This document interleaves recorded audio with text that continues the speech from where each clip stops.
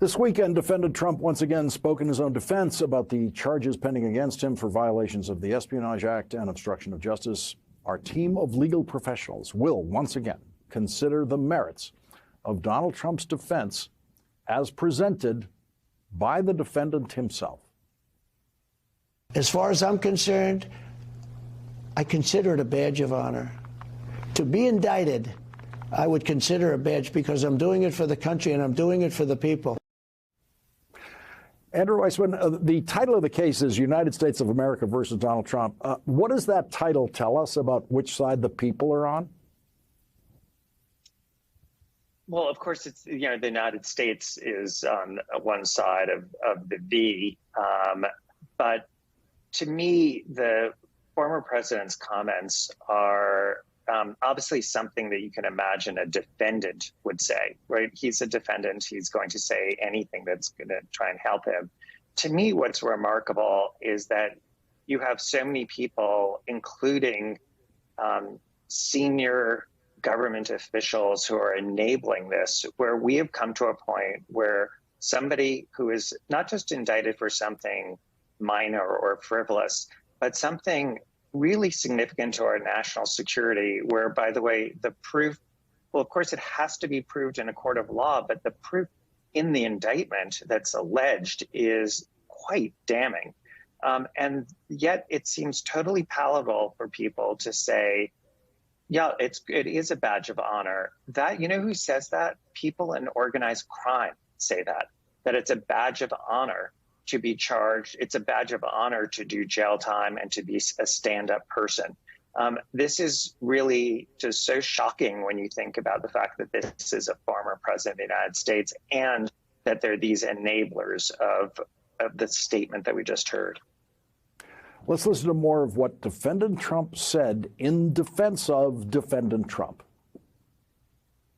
Your team is asking for a postponement of a trial. Yeah. When do you want this postponed until? Well, look, this is all election interference. There's no case here. It comes under the Presidential Records Act. I'm allowed to do this. I'm allowed to have all the records I want. Bradley Moss, he didn't exactly answer the question, but once again, is he allowed to have all the records he wants? No, he is under this impression that after Nixon, Congress passed a law that embodied everything Nixon wanted, which was that everything the president takes is it's his own personal records. It's the literal opposite of everything that was put in place, all the reforms that were put in place after Nixon, after Watergate. But he's got it in his head from Tom Fitton and others that this law doesn't do what he thinks it does. But it doesn't matter what the Presidential Records Act said here, because that's not the law at issue. It's the Espionage Act. It's obstruction. No matter how much he wants to pretend that the Presidential Records Act insulates him from every other statute, any lawyer worth their salt is telling him it does not protect you from these other criminal provisions. It does not insulate you from the Espionage Act. Defendant Trump also said that he and the Secret Service took very good care of those documents. They were very well protected in his custody. I have Mar-a-Lago, I have Secret Service protection, everything else. But even regardless of that, this is the Presidential Records Act. I'm allowed to do this. Andrew Weissmann, is he allowed to keep government documents at home if the Secret Service is protecting those documents? Well, of course not. I mean, it is not a skiff.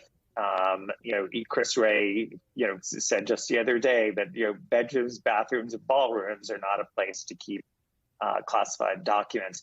But notably in this interview, he is conceding that he possessed these documents. The defense du jour that we heard initially, which was that these documents were planted, that has gone by the wayside. It won't be something that Jack Smith forgets, that there have been inconsistent statements made by defendant Trump. But this, I had the documents, is very inconsistent with the documents were planted. And defendant Trump was asked whether the judge will rule in his favor tomorrow. Do you have any indication the judge will grant this motion? I don't know. I know it's a very highly respected judge, a very smart judge, and a very strong judge. But you appointed her.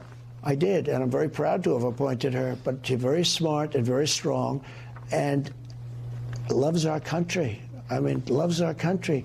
We need judges that love our country, so they do the right thing. And of course, Bradley Moss, he knew nothing about this judge when he was appointing her. He was just picking names off the list handed to him by Mitch McConnell and the Federalist Society. But here we are. Yeah, I doubt he even knows her full name, let alone where she went to law school. But look, he can say this all he wants. He can, project this and, see if she catches on to it. It's not going to change anything one way or the other. I will go out on a limb and say, if anything, this might annoy her in the sense that she, whatever, the merits of her views in the past have been, she does not want her next 30, 40 years on the bench to be about Donald Trump and his criminal trial. She'll want it to be the merits of her own time on the bench. And so I don't think him trying to fluff her up like this is going to help him one bit.